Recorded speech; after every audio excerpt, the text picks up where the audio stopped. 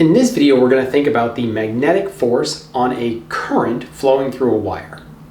So the basic idea is that if we have a current flowing through a wire, we have charges moving through the wire. They have some velocity, and if we stick them in a magnetic field, we have a bunch of charges with velocity moving in a magnetic field. They should experience a force. Now, we could use our old equation, QV cross B. So we could pick out each individual charge, take its charge multiplied by its velocity crossed with the magnetic field, and then we could try to sum this up for all of the charges moving through the wire.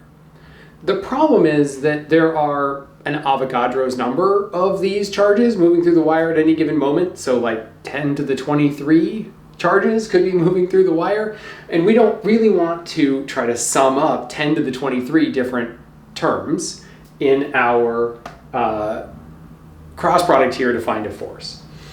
So instead what we're going to do is we are going to think about the current, which is very easy to measure, just coulombs per second, right? We can just use an ammeter and measure the current. And if we use this formula here, which is the current multiplied by the length vector of the wire, which I'll explain in a second, crossed with the magnetic field, we can find the force on this wire. While I won't give a formal proof of this equation, I will give some motivation for why it should be a suitable substitute for our more traditional magnetic force equation here, specifically how I times L vector is a suitable substitute for Q times V vector. First, we can simply make an argument about units. That is, Q times V has units of coulombs times meters per second, and I times L has units of coulombs per second times meters. Either way, they have units of coulombs times meters per second. So we're happy on the units front. The next thing we can think about is, if we look at this equation here, our Q is how much charge do we have, and our V is how fast is it moving. Now, instead of thinking about an individual charge, what if we think about a set of charges? That is, how much total charge do we have contained within our wire, multiplied by how fast is it moving, right? I times L, well, I is telling you how fast is the charge moving. How many coulombs of charge per second are moving through my wire? And M is telling you about how many charges you have. Because if I have a longer wire, I have more charges in my wire. And so the L vector, or really just the length of the wire, the magnitude of the L vector, is in a sense telling you about how many charges do you need to worry about, because a longer wire means more charges. And the current is telling you how fast are those charges moving, how many coulombs per second are moving through my wire. Whereas here, I'm saying how many charges do I have multiplied by how fast are they moving, V. So there is definitely a similarity between the setup of these two equations, I times L vector and Q times V vector. Next, what I'd like to talk about is what is L vector. So L vector is a vector that has units of length and direction, which is the same as the direction of current flow. So if I have positive charges moving to the right here, my L vector will point in the direction of current flow to the right. This is simply how L vector is defined. And when we take a cross product, we will be taking the cross product of the L vector crossed with the magnetic field vector. Now, you may be worried, but I is the direction of magical positive charges. If we think about conventional current, the electrons are the things that flow. Electrons flow in the opposite direction of conventional current. Won't I get the direction of my force wrong if I talk about conventional current I, the direction of these kind of magical positive charges that move in the direction of current, as opposed to thinking about the real electrons that are flowing? Well, the answer is actually no. It turns out that positive charges flowing to the right are exactly equivalent to negative charges flowing to the left. Let's prove it. So imagine that I have positive charges flowing to the right. and I have a magnetic field pointing into the board. Okay, well, I could just use my IL cross B and I can right-hand rule it. So index finger points in the direction of my first vector, L, right, the direction of my current flow. My other fingers point into the board and my thumb points upwards in the direction of the force. So for this example, with positive charges and therefore current moving to the right and a magnetic field into the board, I will experience, or the wire will experience, an upward force. Now, if we think about electrons, well, the electrons would be moving this way, right? If electrons move in the opposite direction of traditional current flow, so instead of thinking of positive charges moving to the right, we could think of electrons moving to the left. Okay, well, let's see what happens there. Again, I'll just use a QV cross B here because we're not using actual current flow. So if I have electrons moving to the left, the direction of the electrons moving is to the left. The magnetic field points into the board, so I move my other fingers into the board and my force points down.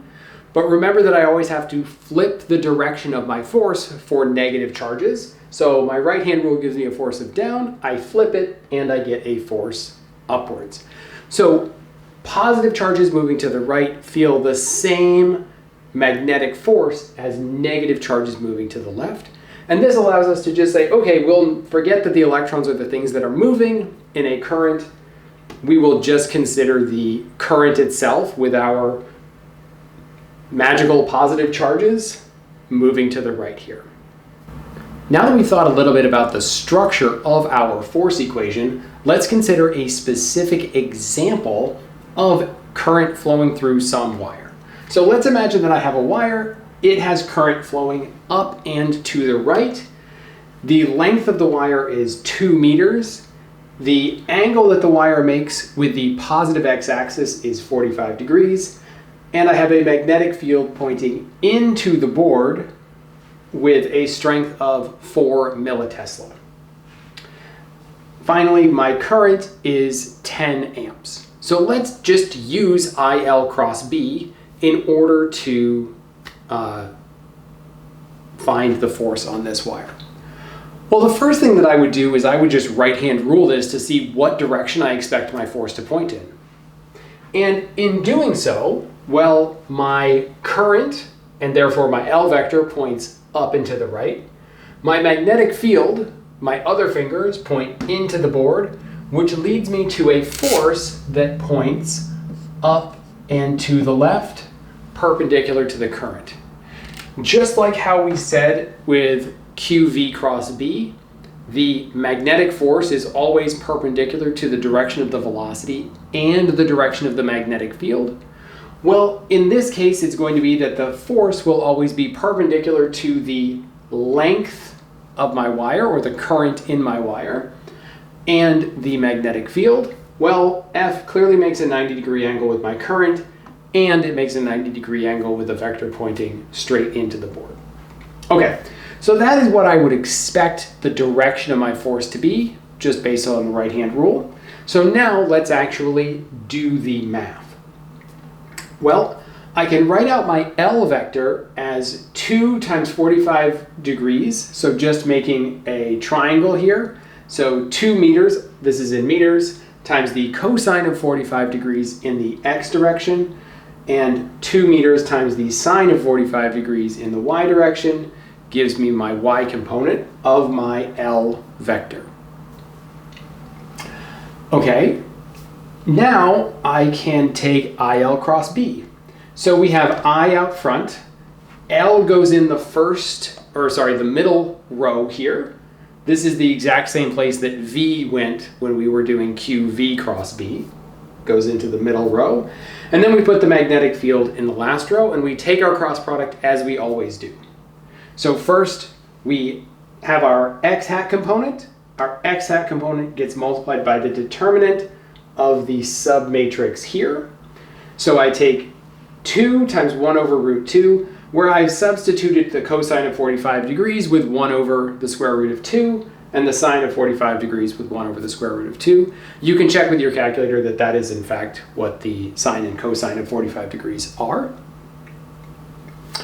And so in taking this x hat component, I have the determinant of this submatrix. The only non-zero term in this determinant is this here.